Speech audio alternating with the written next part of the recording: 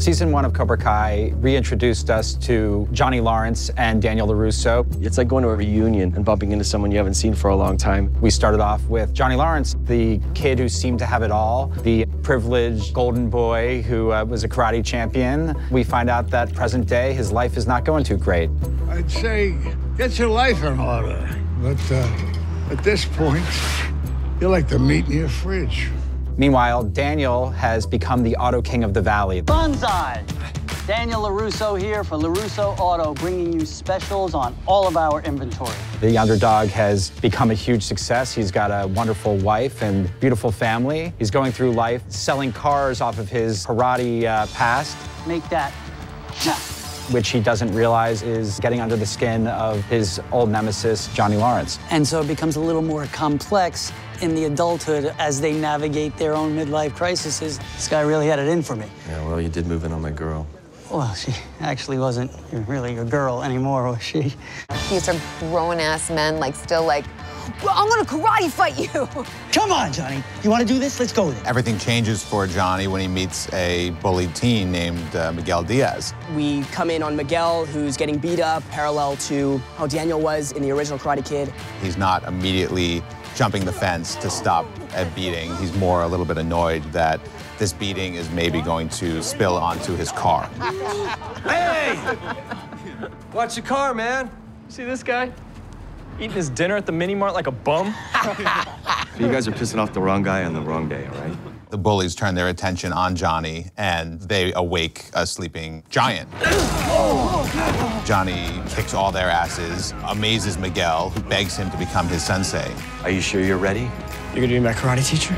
I'm gonna be your sensei. This seems to be the path back for Johnny. And then Johnny ends up reopening Cobra Kai, which creates all kinds of problems in Daniel's world.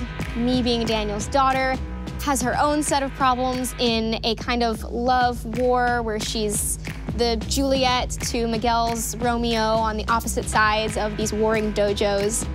So Johnny brings it back. He's reluctant at first, but he actually ends up changing a bunch of these offbeat, weird kids' lives. Doesn't matter if you're a loser or a nerd or a freak. All that matters is that you become badass. Along the way, his estranged son is not so happy that he's spending all this time with these other kids while he didn't even raise him. To spite Johnny, ends up working for Daniel LaRusso at his car dealership, which quickly leads to him being trained for karate. That was kata. That's the foundation of my karate. It's cool. You want to stick around, learn a few things?